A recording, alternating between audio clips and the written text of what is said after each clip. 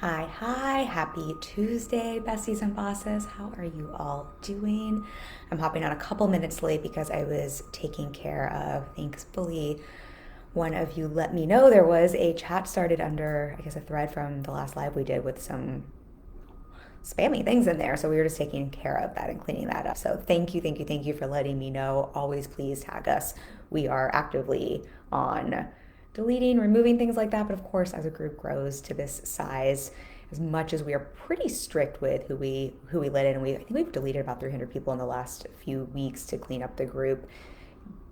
People through the cracks and do these sorts of things. So keep messaging us, keep deleting us, and thank you for the majority of you. There's over 16,000 people in here, so the majority of you are incredible and make this community what it is. So thank you, and thanks for dealing with me being a couple minutes late so we could take care of that. I'm so looking forward to our conversation today. I think this will be a juicy one. It's been really relevant for my clients behind the scenes, and I think it's just such an important topic for you in business at every stage. I think this is one of the conversations we're going to be talking about pricing and that that thing that happens when I was talking about a client with this, when you're not holding to your pricing, when you set a price and you're like, I see someone charging high, I'm going to charge high, and you raise your rates, and then you get on the call with someone or you send a proposal and you don't hold to your rates, or you kind of backpedal, or you try to figure out what they will pay you, or you set your rates and they come back and tell you they can't afford it and you feel like an idiot and like you charge too high and like you ruined an opportunity. And I think this is one of those conversations people tend to think only happens at the start of business, but I support clients at every stage of business, from like brand new, getting started, having never booked a client, to $1 million, $2 million. Literally, this comes up for business owners at the $2 million plus mark. So to normalize, and we're going to talk about that. And I really want to talk about this through a mindset, obviously, but really through a marketing lens. And how did I put the title in this? Yes, I think I called this How You Can Weed Out the Bargain Hunters. And we're going to talk about that. And I don't think there's anything wrong with bargain hunters, but I think there's some things that happen in marketing and with your positioning that encourage bargain hunting behavior, and what you can do to minimize that to attract right fit clients. We're going to talk about some reminders about marketing. Let me actually pull up my notes and tell you all the things we're going to talk about because I get all excited. We're going to talk about the mindset shift I share with my clients that can really help you attract the right fit clients and help them understand why to pay you, why people will be excited to pay you your rates. I think that's always nice. And then I really do want to talk a little bit about what people seem to have forgotten about marketing that I think is so important and I think has come up on so many calls, gosh, just in the past 2 weeks. So I hope this will be really useful for you. We're also going to talk about why being cheapest isn't bad, but really how to understand why that might be harming you in business and when to use being the cheapest as a strategic leverage point, so that you're not just racing to the bottom, but you're really using that as a strategic tool in your business. And a whole lot of good other stuff. So before we dive in, announcements. We always do a giveaway. Today, if you leave a comment, if you say hi between now and Friday when we pick a winner, we are giving away one copy of my self-study course, Sell Out Without Feeling Like a Sellout, where we walk through the mindset and strategy, the art of selling without the ick. I think it's a really great program. We charge for it. It's something you can usually buy. We're giving away one of those to someone who leaves a comment. If you don't want it, please still comment and engage. I love having a conversation around these things, so please don't feel like just because there's that, if you already have the course or program or you don't need something around sales, if you win, we can always pass it on to someone else. I still want to be able to have a conversation around this. So that's the first announcement. Second announcement, at least through the end of this month, I do not know how long we will be able to do these, but I've opened up my calendar. I'm fully booked, so we don't always get the opportunity to open up my calendar, but I've opened up some limited spots on my calendar to support more of you with your messaging, particularly around taking your messaging and up-leveling it, updating it, upgrading it, so that it's really relevant for you in your business today. This is something, just talking to the client about this morning, every business really needs to do to, I think so often we come up with our messaging at the start of business and we don't take time to revisit it. And this is what can really not only have you hit an income ceiling in business, but what we're talking about today, bring in misfit clients, bring in people who are bargain hunters, have you really get stuck at a ceiling and not be able to grow to the next level, or start to bring in people who really aren't a fit for your work without understanding why. This is something every top company that is super successful is doing. Spanx is a great example. In 2000, they had one message. They have since changed to Airbnb. Apple's a great example. They started out as being really a solution-oriented company. Now they talk all about think different, right? Big companies change their messages over time so they can stay relevant and so they can really meet their audience where their audience is at to be a part of that conversation. And that's what allows them to continue to grow and scale. So I'm offering some 30-minute mini message up-level strategy sessions so that you can not even like break the mold, but step out of the mold, create your own mold, find what makes you different and helps you stand out in a very crowded marketplace where there is a lot of money to be made. So I will drop a link for that, but we are offering those. And again, I don't know how long I'll be able to offer them for, but I've been loving them so much, like so much. So if you want to take me up on that, we will drop, I think it's kimmarketsinger.com/message-up-level, but after today's call, I'll drop a link for that for you. I would love to have you join me for one of those calls, and let's see how we can get you to stop sounding like everybody else in your social media feed who is selling the same thing as you and saying the same exact thing, and help you find what makes you different so that you can stand out, really have that up-leveled message and bring in more revenue, blow your business up to the next level. All right, let's talk today about bargain hunters and about pricing and about that funny dance we do where we like, we're gonna raise our rates and then we don't, or we raise our rates and then we don't know why someone is paying, and just what goes on there. So I think the first thing that is helpful for us to talk about is the idea of why it doesn't make sense, or does it make sense, but really getting strategically clear on pricing and when not to lower your rates or to be cheap. So I think so often many of us in our space have heard this whole idea of, if you are selling and positioning your offer based on being the cheapest, it is a race to the bottom. And I think a lot of us hear this, we kind of understand the concept, we don't always necessarily know what it means or when or how to use that.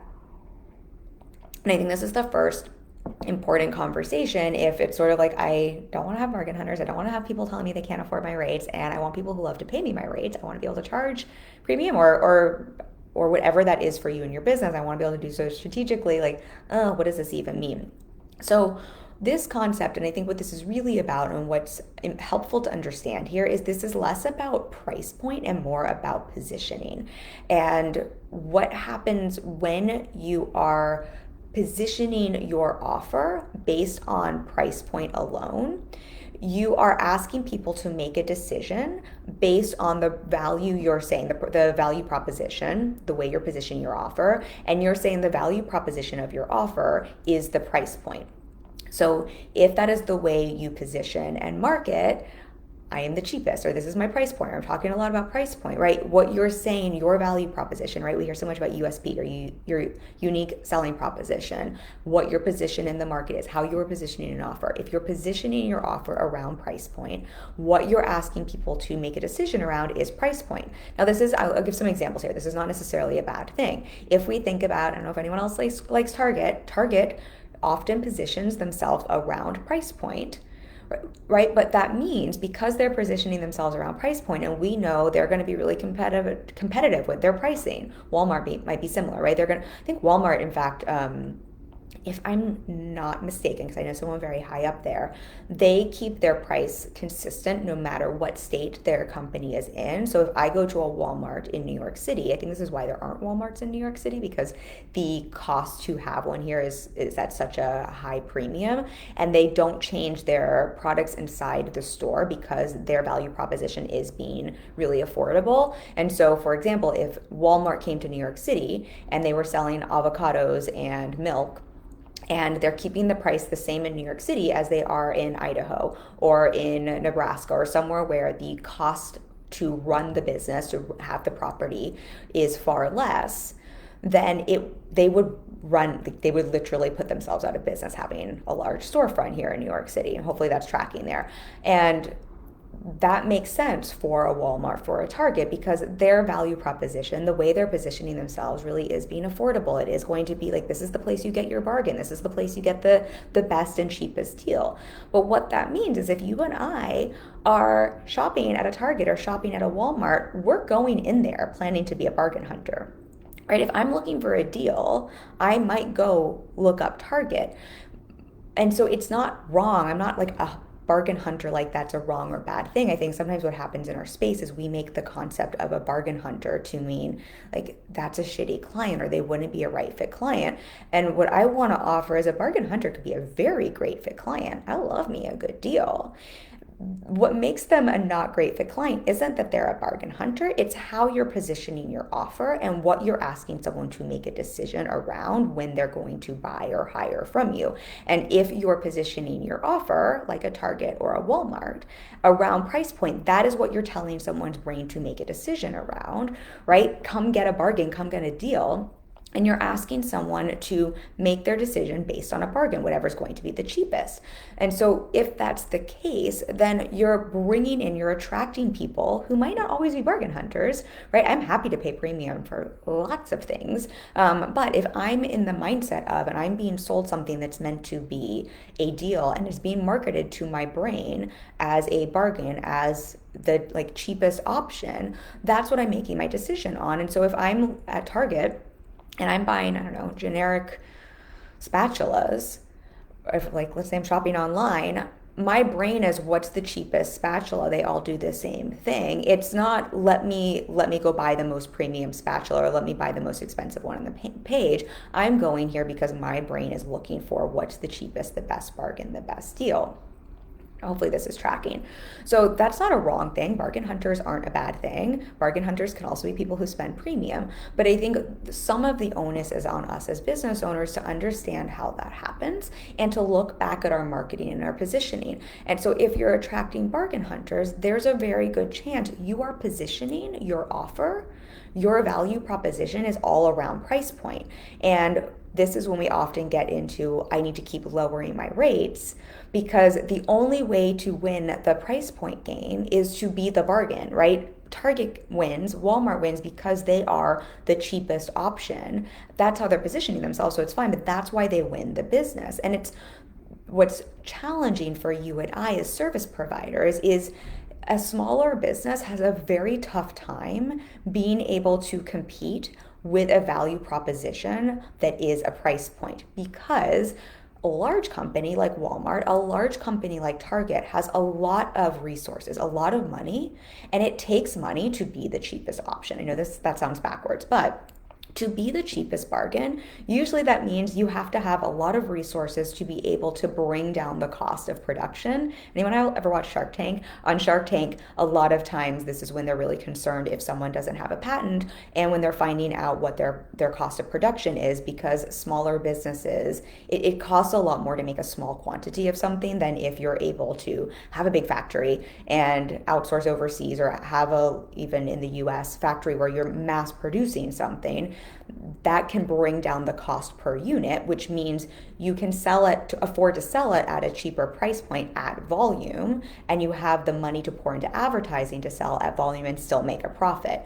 For most of us hopefully this is tracking and making sense for everyone, but most of us as small businesses don't have the profit margin room to be able to compete at price point, meaning compete that when you are having the value proposition of price point and being the cheapest or being the least expensive, it is a race to the bottom, meaning, which isn't a bad thing, but meaning the person who's able to bring their price point down to the lowest is going to win the business, right?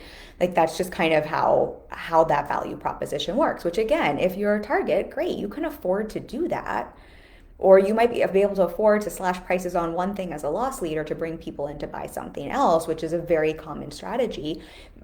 And that's fine, but that means for you and I as small businesses, usually that's not something that is going to really serve us. It's why if anyone's ever gotten into like selling on Amazon, if you find a product that you white label from Alibaba overseas, and there are a ton of other companies selling the same product, it's a really challenging it's really challenging for you, because you kind of have to be the person who is priced the lowest.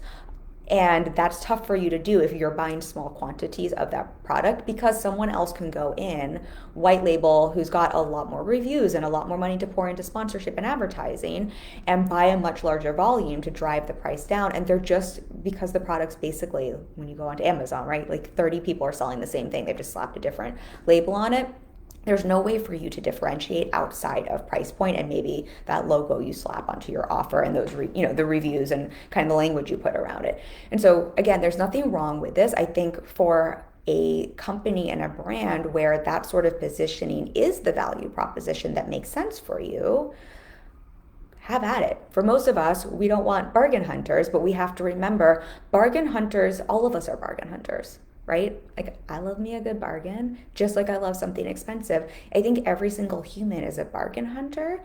And I think we have to stop thinking, I'm like, ugh, I hate bargain hunters, or I hate people who want to spend less, or I hate people who don't want to spend premium or spend more. And instead see, what am I doing on the marketing and positioning side to tell someone's brain this is a conversation around getting a bargain, as opposed to getting really clear on a different value proposition to help someone make a decision around something different. Because if you're not giving someone's brain a different value proposition, of course they're going to base their decision based on price point. So I hope that's making sense there. So I think the first thing here in the conversation is there's nothing wrong with bargain hunter. We're probably kind of all bargain hunters. I don't know about you.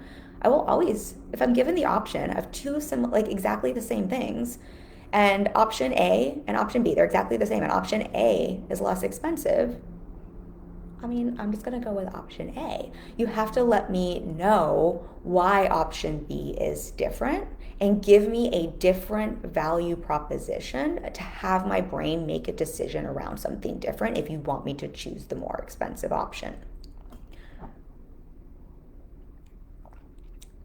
So for most of us, what I find is really helpful and what I'm coaching my clients around is getting really clear on their positioning and their value proposition that is unique for them, and not having to be based around price point, but really having to be based around their zone of genius, their magic, their brain, their way of doing things, what makes them unique and different, and the way only they can offer and perform the service. I think about acting is a good example here. All of you probably know I spent 10 years acting in LA. And when I think about acting, if we think about kind of what we're talking about here, you can have someone who is auditioning for a really small bit part to, say, play a cashier. And then you can have someone who is auditioning for the same show, but to be the lead in the TV show, to carry the whole show. Now, the person who is auditioning for the cashier, of course, they have to be a talented actor and all of that. But really, that role, they just need someone to be able to go in and say, like, here's your change, right? It doesn't require a lot of skill. There's not a lot of room to say, to bring a lot of range of talent. And so in this way, part of the value proposition is going to be someone's day rate. And if you go into audition for the cashier and you're like, my day rate is $10,000, and someone else's day rate is the SAG minimum, which I think is like $900, $1,000, something like that, and both of you can say, here's your change, and there's like really not much else to bring to the role, the person with the lower day rate is most likely going to get that part. It's really not relevant to the TV show, how many credits they have, what audience they bring to the table, how talented they are. It kind of has nothing to do with that, because that's just really not what they're making the decision on. They just need someone to fill that role. Anyone can kind of do that. When they're looking at the lead for the show, suddenly it's all about who is the person we are hiring, what is their talent, what unique essence do they bring to this role, what unique take do they bring to this role, what is their audience base, what is their brand, you know what I mean? Like, what is their reputation? There's so many factors that go into place, and that's why someone who has a lead, all of these factors go into play, and so they can command a much higher price point.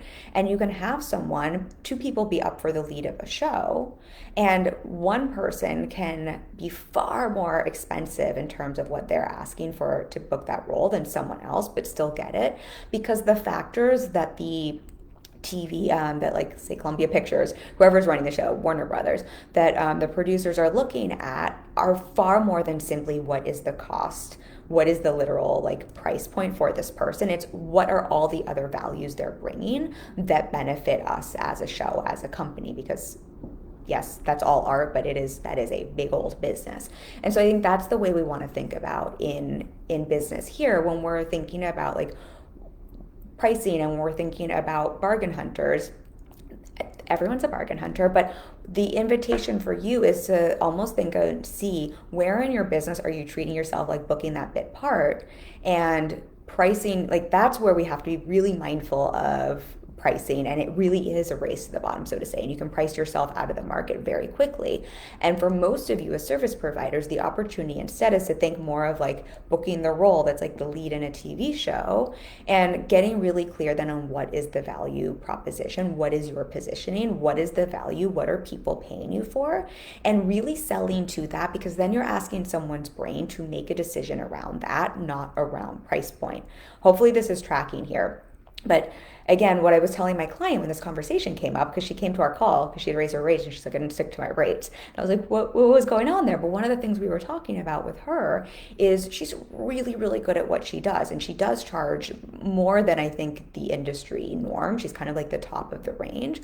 But I told her, and this is true, I said, people aren't paying you to be the cheapest option. People aren't even paying you for the service you're doing. I mean, yes, of course they're paying her for the service, but anyone could do the service she's doing. What they are paying her for is for her to do that service, for her brain to be on the project, for her years of experience, for her creative talent, for her unique take on things, for the outcomes her clients get. That's what people are paying for. And that is a very different positioning and very different value proposition than I'm just simply paying for this service to be done. That's when we're pricing based on price alone. And so for everyone here, I want to invite you to start thinking about, why are people paying, like why would someone pay you specifically, and to start to think about positioning yourself that way, as opposed to just simply like, what's the service anyone can do, and positioning yourself that way and pricing in a way where it's just where you're positioning yourself just based on price, as opposed to the unique, interesting,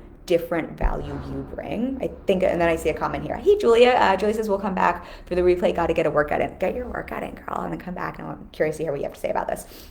If I think about my offer, for example, with coaching, if I'm simply saying I'm a business coach, you need a business coach, I don't know, just being really generic. If I'm selling the concept of coaching, and then I'm selling the concept of like price point just for coaching, anyone could fill that role. That's kind of like being the cashier in a TV show. Anyone could fill that role. Then I'm just speaking to people who just want to have a coach, who just want to have a business coach. There's nothing wrong with that.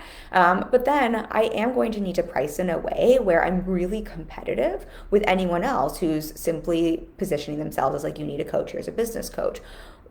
The difference is, and why I charge a premium and why I price the way I do, is I know people are coming to me. Yes, they want a business coach, and of course that's what I do. But I know, and I want people to work with me who want my brain, my 7 years of experience, my 10 years of experience in the entertainment industry, running an entertainment business as a small actress and navigating all of that, who want my brain from my years of experience in the advertising industry in New York City, who want my 7 years of coaching experience, who want my experience seeing the behind the scenes of businesses from $0 to $2 million plus, who want my unique approach around psychology and mindset, and knowing that I know specifically, like they want my brain specifically in their business and all over their business.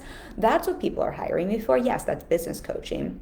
But that's a very different value proposition than selling the concept of business and kind of competing at a price point where it's like, what's the cheapest support I can get? So hopefully that difference makes sense. And what I would offer for everyone is, if you feel like you're getting a lot of pushback on your pricing and a lot of pushback on, I can't afford it, or people who are like, they were all about it, and then they message you back and they're like, yeah, you know what, I went with someone else because they were cheaper. This is one of the first things I would take a look at, and just to be curious about. And this is, hop on my free message up level call, right? This has to do with your messaging and your positioning. This is what we were talking about when I said Spanx and Airbnb and Apple and all of these companies this is what companies who are billion-dollar companies are revisiting regularly, is their positioning and their value proposition and their messaging, because this is what communicates to your audience what to make a decision around. Not just why you, which is very important, why you specifically, which is how you stand out online, but what to think about when they're making that buying decision.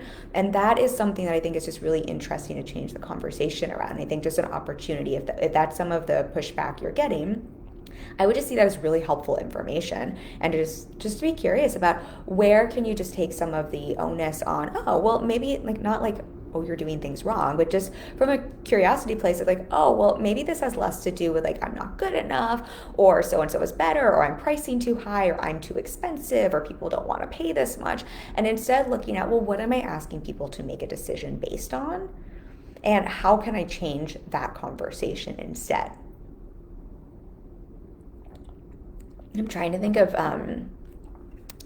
some other, well, I've got a lot I was going to say. I'm trying to think of some other examples in our business, but I've got some other things I want to talk about here. So we might go back to that. So if you have questions around this, let me know. Otherwise, I'm gonna keep going here because I've got some mindset pieces here and I've got some other marketing pieces I want to talk about. So on the marketing side of things, the other thing that feels important to speak to, if you're on my email list, I was talking about the part of marketing that I think we sometimes forget about. And this was a conversation I've been having so much with clients recently. I think it's just very relevant right now.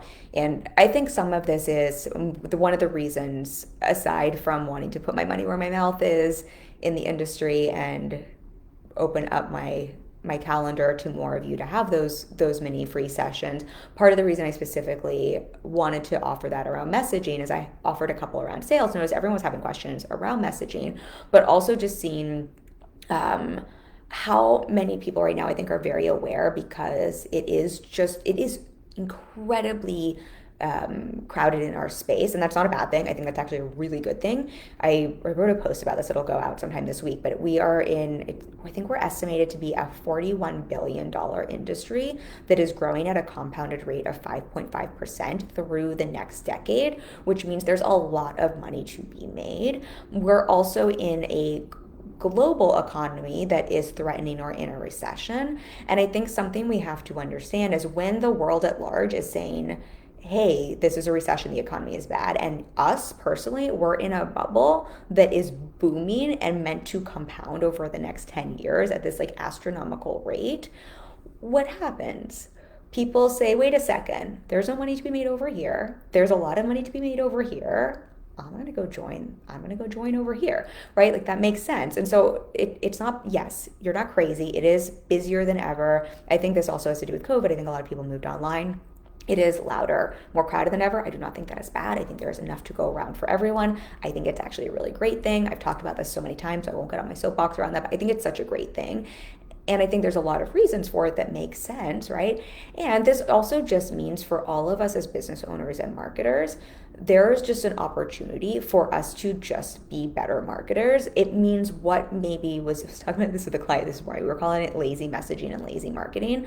I'm guilty of it as well. But it just means some of the lazier messaging and marketing that maybe we're even working pre-COVID or working in 2013 or a couple years ago. It's not that they don't work. It's just it makes it more challenging when there's that many more people to stand out and to be noticed and to be heard and to have those conversions for all of those reasons. And it's just an opportunity to lean in and just to be a little bit more specific and strategic. I'm going to be talking about this a lot over the next couple of weeks because I think it's always important, but I think it's just very relevant for all of us right now. And I think there's just a lot of money to be made and people are leaving money on the table and making themselves wrong and just not realizing why it's happening. And one of the things I was talking about with my client that I wanted to bring here is I think what we forget about with marketing and this has all to do with like weeding out bargain hunters and bringing in those people who love to pay your rates. I think we forget that good marketing, good messaging and good marketing, that the whole point of it is, yes, to make money, but really, really powerful messaging and marketing both attracts and repels people. I talked about this on the podcast this week. I was talking more about what comes up around sharing money and the judgment that can come up around that because a client of mine asked me a question about that. I think it's actually a great episode, and I'll drop a link to that if I remember after our live. But this is one of the things I was saying on that I think we just forget. I think we hear marketing, we think it is meant to just attract people who love to pay us and just attract. And if we have anything else, we're doing something wrong. And what I want to invite you to remember is, yes, it's about attracting people, but to attract people, you also have to be willing to repel people, which means taking up enough space and having enough of an opinion and being willing to be disliked so you can also be liked. And your price point is one part of this.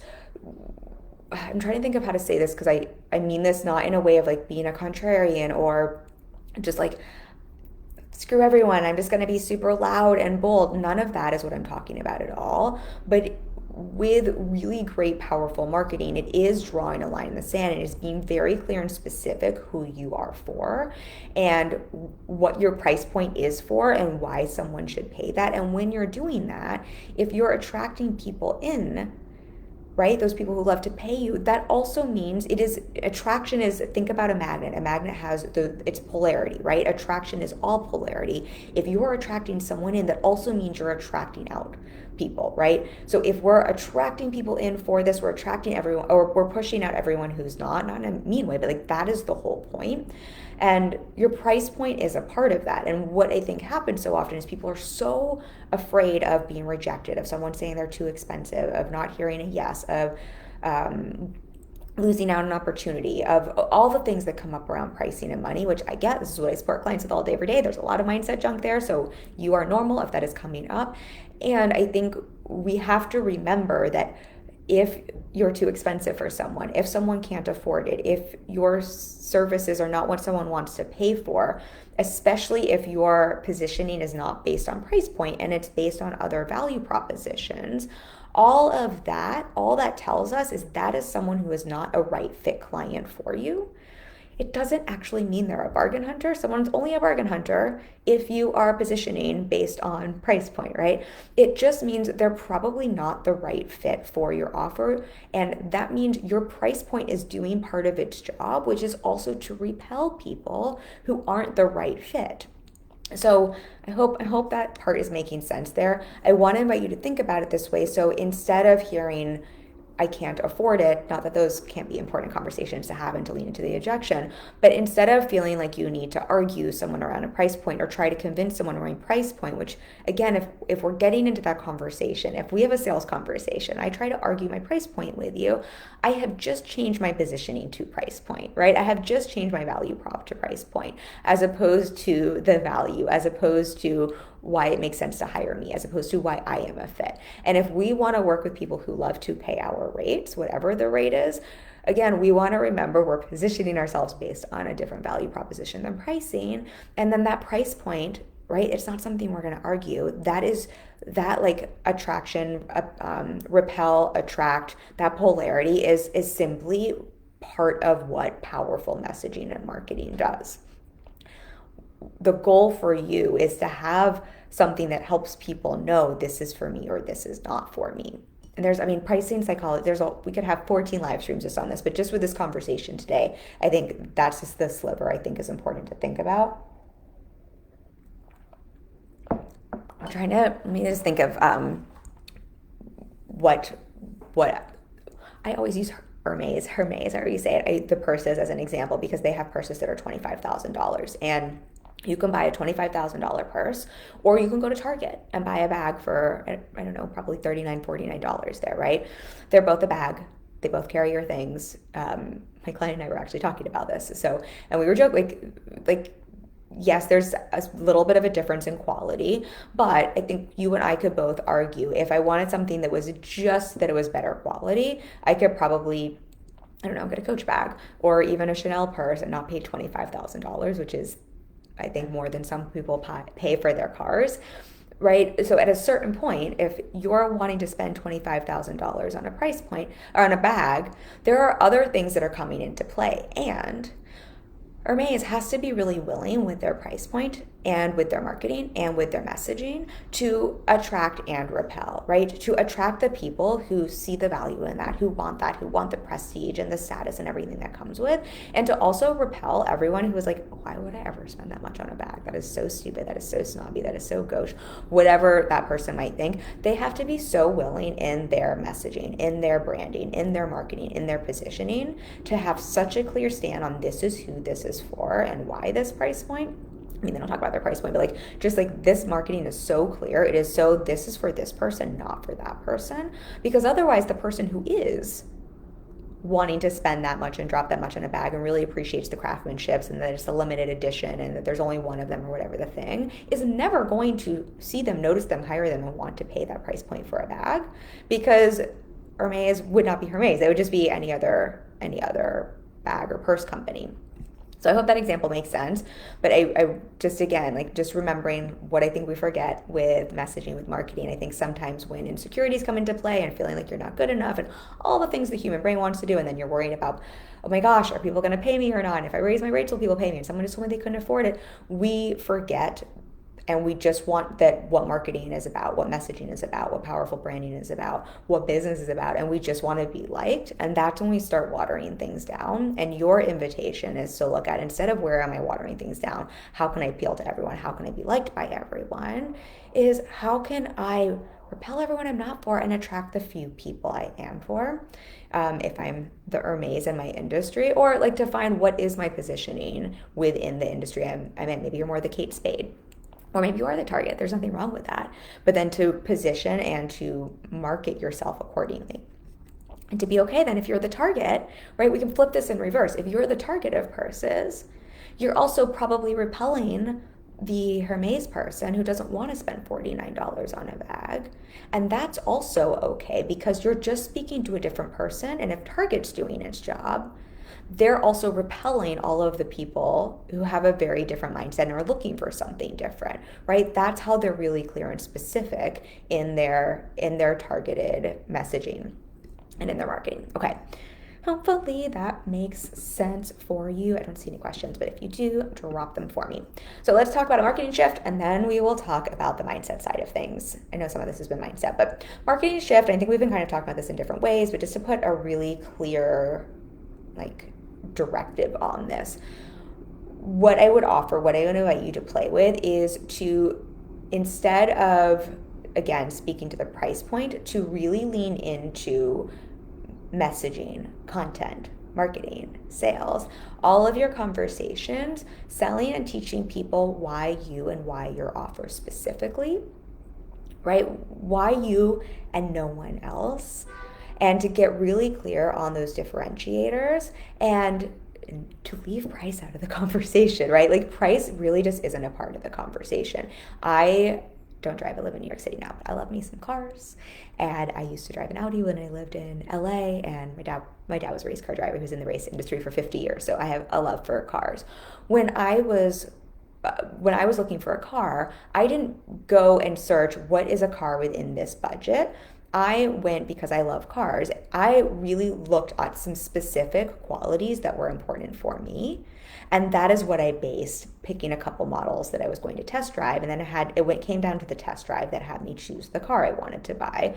And then I looked at the price point and I figured out how to make that happen. Or if I had to wait, if it was too expensive, right? I at the time did not buy a Porsche. Otherwise I probably would have. Audi was the one that I could instead.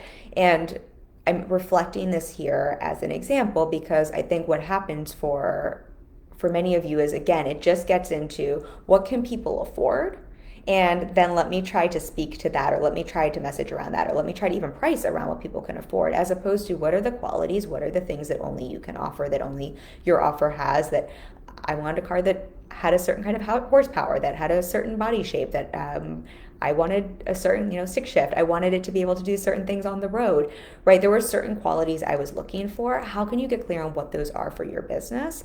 And then also look at what makes your business car different than someone else's, because what ended up happening for me is there were a couple cars then in the same price range, but as soon as I test drove that Audi, that was it, right? Like, there was no competition anymore, and it had nothing to do with, like, oh, I could actually find the other car I test drove was a BMW. I could have actually gotten that a little less expensive, especially because of some connections we had. That was no longer a factor in my brain, because that's not what I was making my decision based on, right? It was the very unique properties that this one car only had, unless I was getting a Porsche. And again, this isn't about cars, or if you even like cars. I know many people don't. I just, my family history around them. But that's what I want you to think about with your offers, is how can you, if you think about buying a car, most people have bought a car at some point, right? Every car can get you from A to B. Every car can drive, essentially. Like, we're hoping we're not buying a lemon. Used, new, sports car, big SUV, whatever the case, right? Like, they're all kind of doing the same job. What has us choose one car over another, especially when we're looking at, let's say, 3 cars all within the same price range? most of us are not just like, well, this car's $1,000 less than this car once we're at that price point. We're starting to look at the specifics that make one car uniquely different from another. And then what are those unique differences and how do they speak to us? How do they fit our personal needs? My best friend, when I was living in LA, had very different needs, right? If I'm now thinking about my friends here, or friends who drive, because again, New York City, you don't drive a lot, but like if I think about my friends now who have kids, they have very specific needs they're looking for. One of my friends has 3 kids. They're looking for a specific car. There's like one on the market that has the needs that's going to fit all of their kids and that has the safety and whatever, all the features there. And again, we're not selling based on features, but that makes that car very unique for her. It's not about price point.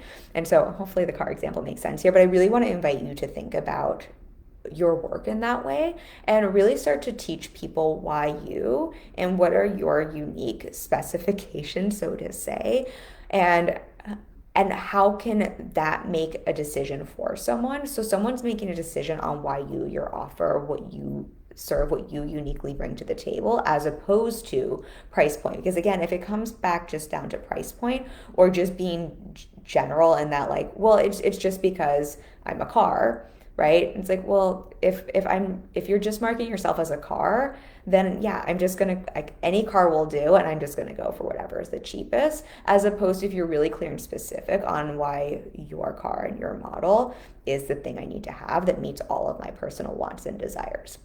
That's when we take people out of price shopping and bargain hunting. In fact, maybe that is a good example because I remember, this is actually a good manifesting story because I remember when I saw the car I wanted, it was a TT, and I for anyone who cares, but I remember thinking I couldn't afford it, and I totally manifested it and totally manifested making it happen. But what was really interesting is because I test drove and I got so specific on the wants.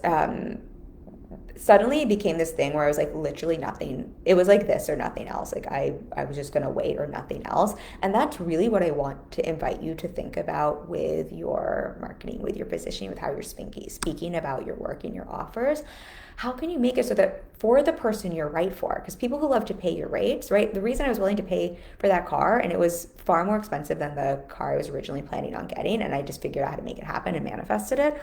The reason for that is I basically sold myself and got sold on something where I'm like, nothing, like it's this or nothing else. And I'm just willing to either wait or figure out how to make this happen. And so I'm so excited to pay for it because I just want this thing so much, as opposed to booking clients who will like pay you, but they don't necessarily love to pay your rates. I think that's more when you're positioning yourself just like, yeah, I'm a car who can get you from A to B. This is the price point, figure it out.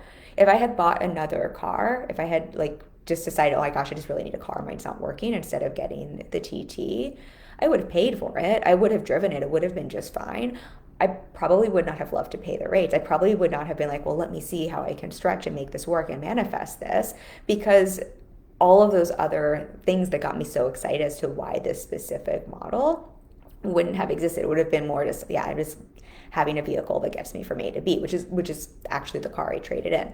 So again, this has nothing to do with cars. I'm just trying to give examples that are outside of our online space because I think sometimes that can be helpful. But that's what I want to invite you to play with here. So again, we're not asking people to price shop, because when you're asking someone to price shop, it's not their fault. We are all bargain hunters. And when you're asking someone to price shop, they're going to be a bargain hunter, right? Or they're going to pay for something just because they have to, not because they love to. Just like when I first moved to LA and the first car I bought, I just got a car to drive a car, and I absolutely was sold cars based on their price point. And so I was a bargain hunter, as opposed to here's something that I really want, that I really desire for all of these specific reasons. I'm no longer a price hunter or a bargain hunter. I'm no longer price shopping. I'm trying to figure out how to invest in the thing I really want. And I'm feeling really good and excited about it. So hopefully that distinction makes sense. Okay, how are we doing on time here? I'm always so long-winded.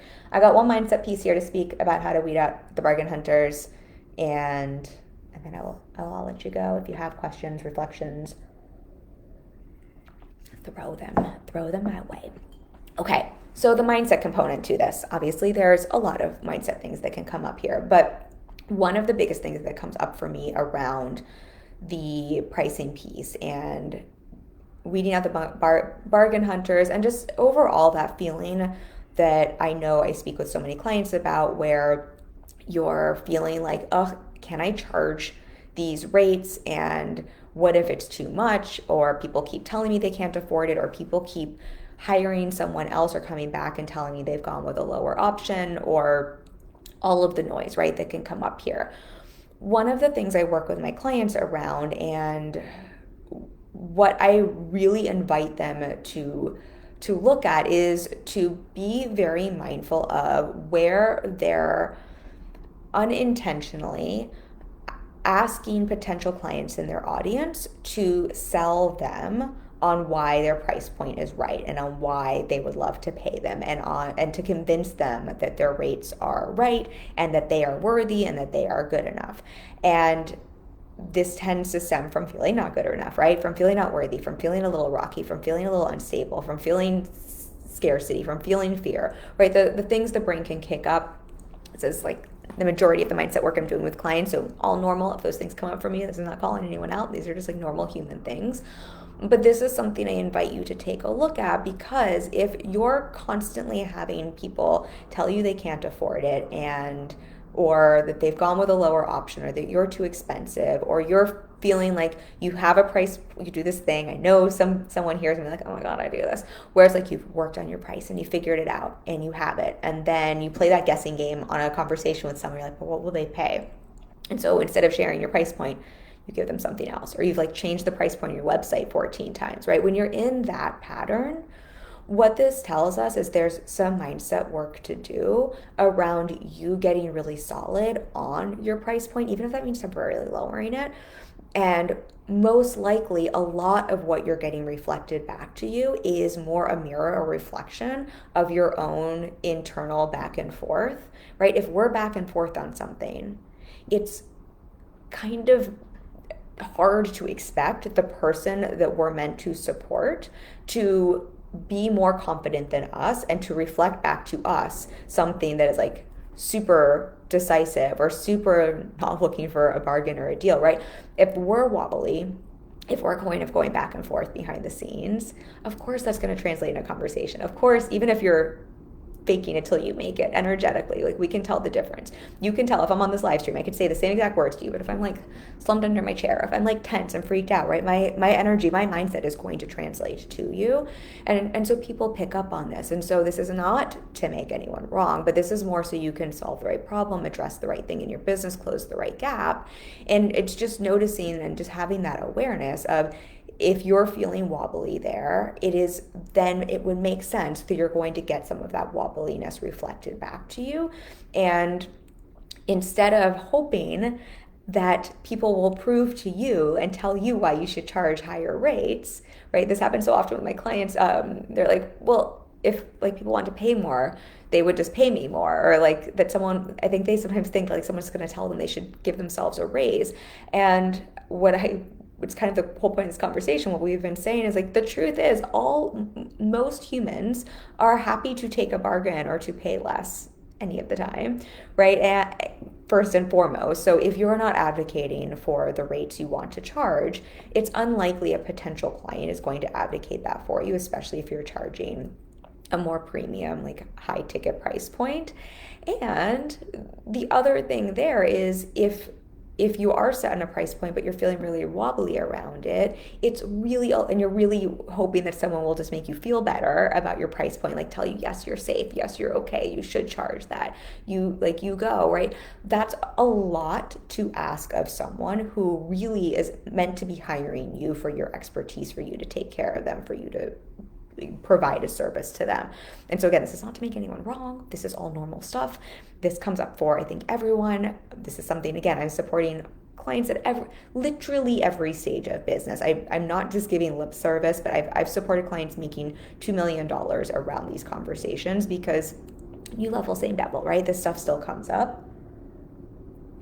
But I would just say here, the mindset piece is really looking at how can you trust yourself and get locked in on this and understand why the price point. And I think this is where sometimes strategy can actually support your mindset, right? Sometimes strategy pulls mindset forward, sometimes mindset pulls strategy forward. A lot of times action pulls mindset forward. A lot of times clarity pulls mindset forward, right? That's why my framework is clarity, mindset, strategy, and action. They all work together really beautifully.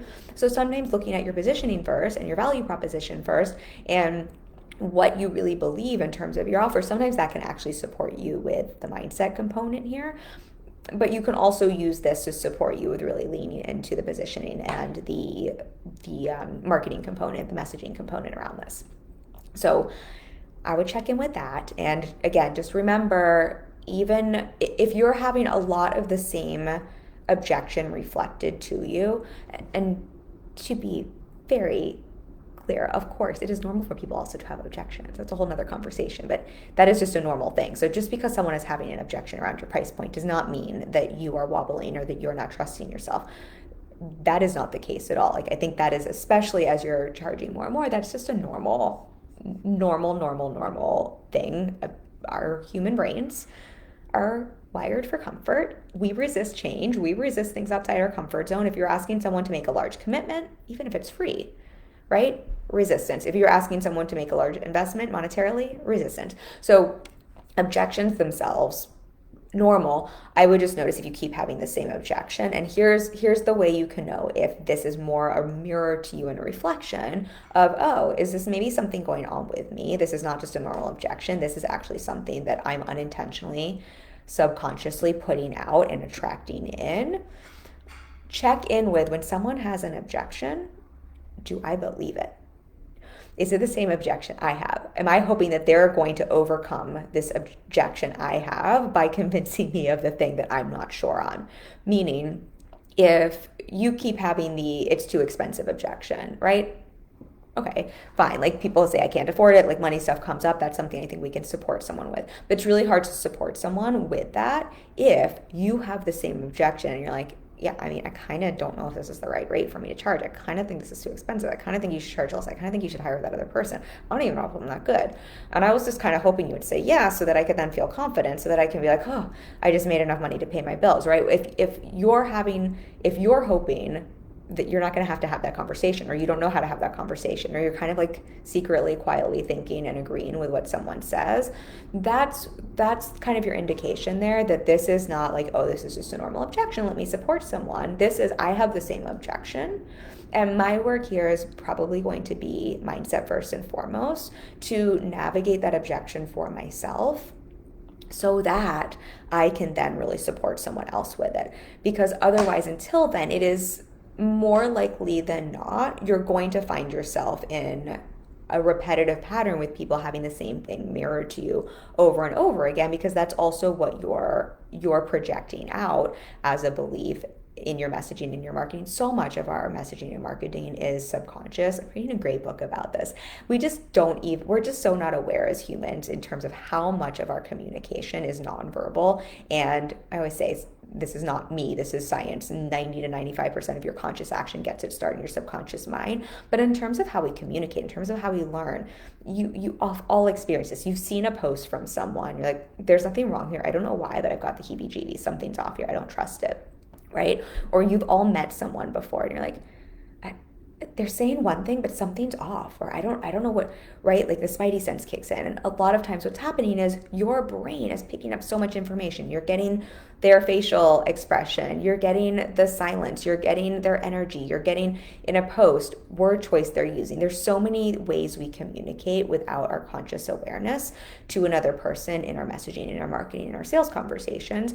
And so all of that to say here is, this isn't even, I mean, yes, I think this can be a little woo and a little bit on the manifesting side, but this is also a very practical how we communicate and relate as humans. We communicate so much through nonverbal cues as much as verbal cues in the choice of words, but also through the energetic components, not just energy universe, but the energetic components. Again, like I was saying, like literally my body language or what my face is doing. If I'm sitting here telling you about my price point, and instead of like being casual or like lean back or really confident, I'm like freaking out, or if I'm sweating, or my lip is twitching, or my voice changes, right? If I get super high pitched or super low pitched, right? All of those cues communicate something different to someone. And even if they're not consciously aware of it, they're picking up on this. And this isn't to like freak people out. This isn't like now we have to like I don't know, try to like hack people's subconscious, but just so you can understand that if you keep getting the same objection over and over again that you also believe, this is where it's going to be so beneficial to first do the work to navigate that, to overcome that for yourself.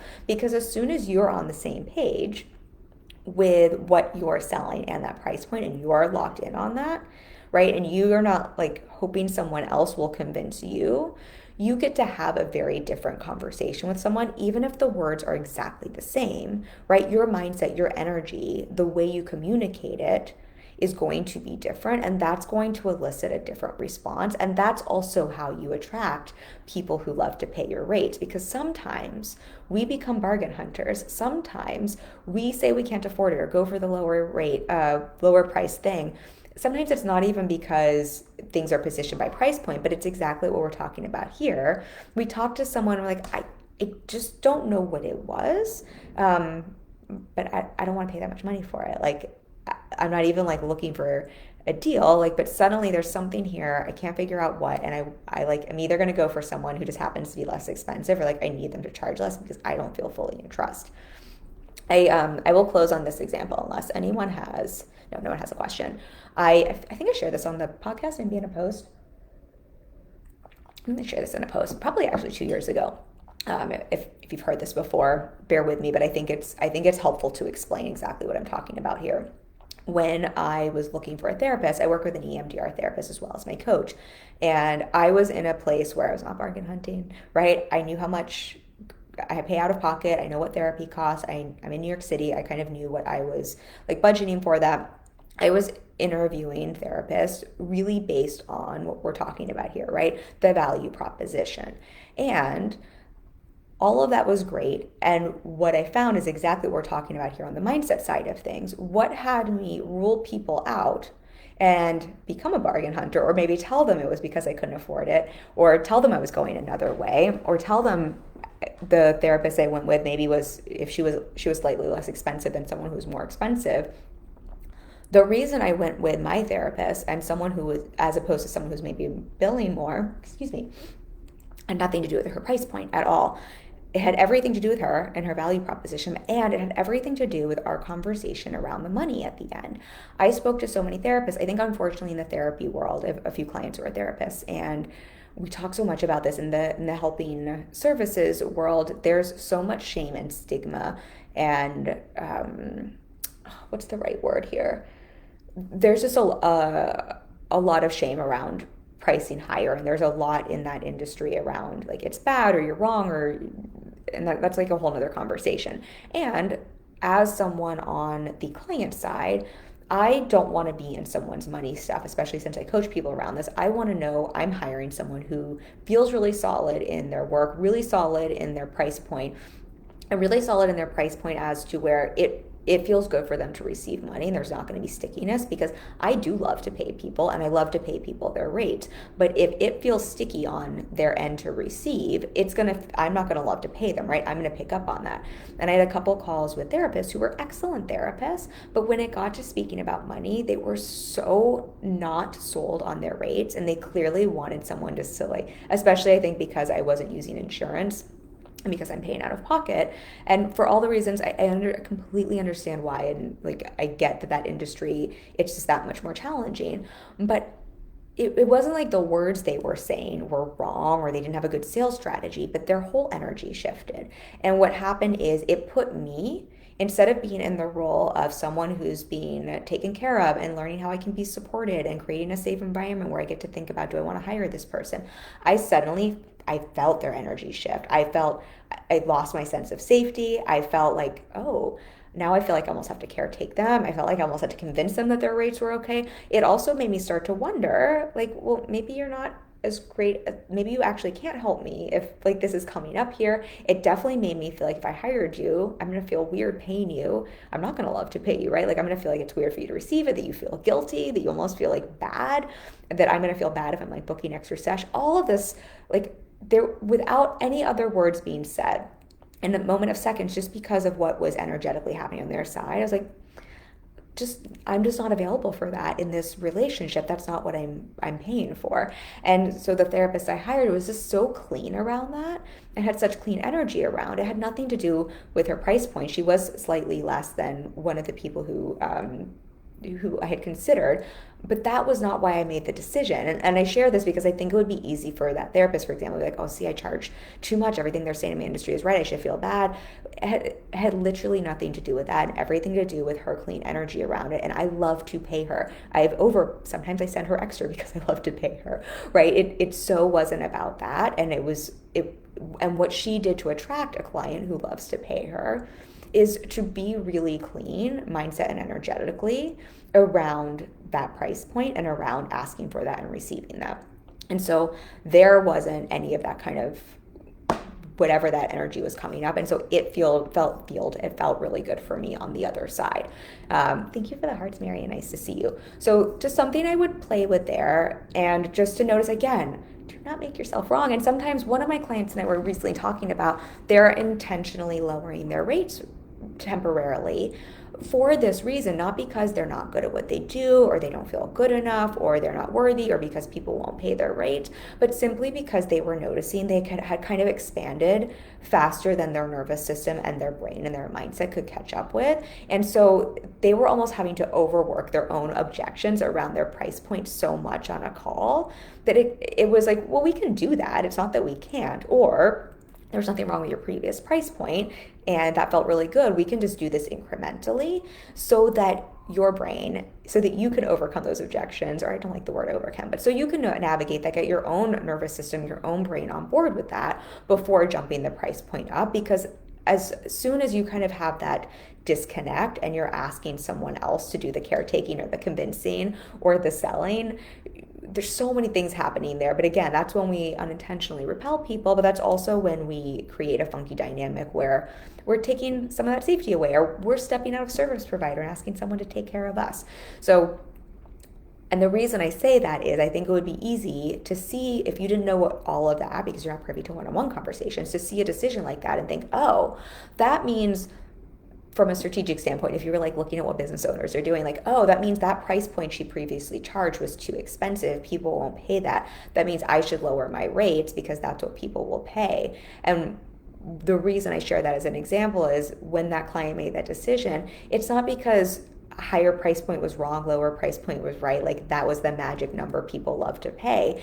That's what her system, her brain, everything was on board with, which was why it was the right price point, so that she could have really clean energy around it, so that she could sell in a way that had nothing to do with price point, everything to do with what we were talking about earlier, which is the service and the unique way she can support someone and what she brings to the table, so that she didn't have to have any of that stickiness that would have made it about the price point. So I hope that distinction makes sense. Mary says, you're welcome and nice to see you. So nice to see you too.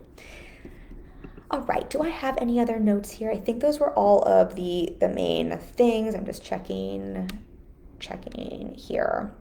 I will give you all a quick recap, but I hope this was valuable for you, and I hope this helps you just have some different ways to think about, yes, pricing, but really also to think about marketing. And I think we just want to, I'm like, how do I want to say this? I just don't love the term bargain hunters. I'm using it very specifically here, but I just invite everyone to, because I so often will have clients come to me, they're like, oh, I'm just getting freebie hunters or bargain hunters or people who don't want to pay more. And I think it's just that we're solving the wrong problem when that happens, or we're closing the wrong gap. That's what my coach always says, solving the wrong problem. But I think we're looking at the wrong thing. And I just want to keep bringing everyone back to, all of us are bargain hunters. All of us want to pay less. Like very few people, and here's something to think about, even the person who's like a gazillionaire who doesn't care about price point, if they're buying something because they're like, I just want to throw money at it and I don't care about price point, or I'm just buying something because it's super expensive and that makes it exclusive, that's still a value proposition based on price point, and that's still kind of being a bargain hunter. It's like the bargain hunter in reverse. Anyway, all of that is to say, none of that's wrong or bad, but all of us have that in us, and it gets elicited by the mindset of a business and the business owner, and the messaging and the marketing and the positioning, and what that elicits within us. And so I offer for everyone, instead of almost like getting mad at your audience and getting mad at people who you're having conversations with. Also, don't get mad at yourself, but just to look at what's really going on, and is this either just a normal conversation to have with people because who doesn't like a good deal, or is there an opportunity to either look at that mindset and energy? Is this something to first address and to shift in yourself, or to look at, have you been unintentionally putting out either messaging that is just really generic so that you kind of don't give people an understanding as to why are you being that generic car? So then it is going to be based on price, because it's like, what's the cheapest car that'll get me from A to B? Or are you helping people understand why you are the premium, amazing Porsche or Audi or Ferrari, and what those details are that people really love to pay for? So it becomes less about, I just want to get a generic car and I want this specific car and model. Or is there an opportunity, instead of positioning around price and being the cheapest or the most expensive, again, to go back to that car example, to look at how you're positioning yourself, how you're messaging yourself, how you're teaching people what the value proposition is other than the price point, because what you tell people to think about in the decision-making process is what they're going to make the decision based on. So again, if you make it about price, that's going to be what our brains decide on. Your opportunity is, unless you want it to be around price, if you are the target of businesses, if you have an offer where you're like, I want people to know this is so inexpensive and that's why it's a great deal. Again, there are strategic times to do that, but to be really clear with your intention on, are you positioning based on price? And if not, make sure you're positioning based on a different value proposition, so that that's the conversation you're having with someone and that's the decision your people are basing working with you or not around. All right, so I hope that is valuable. Again, leave a comment, just like Mary, thank you, and Julia, and we will pick a winner for Sellout Without Feeling Like a Sellout by Friday this week. And if you want to take me up on one of those free mini sessions, I am fully booked. My calendar is limited, so now is the time to take me up on those. I hope we can keep operating those, but we're doing them for February. I don't know if we'll do them longer. I would love, love, love, love, love. Like, it is so important to me to be a part of this community and to put my money where my mouth is and to open our door when we can do that. So I mean it sincerely to take me up on them. And it's everything we're talking about here today. If you're hearing all of this and you're like, I don't know if my positioning is on point, I don't know if I need to revisit my messaging, I don't know if I'm speaking to what really makes sense and helps me help people understand why I'm not a generic car and why I'm the Ferrari in my space, book one of those free calls. That's exactly what we'll get to look at. It's one of my superpowers that I'm really good at helping clients with, from both the strategy and the mindset side of things. And my acting brain just really knows how to get into your business and get into the minds of your audience and your clients, and to really think through and understand what it is they're looking for. So take me up on that. And then I'll be back next week with another topic for y'all. Bye.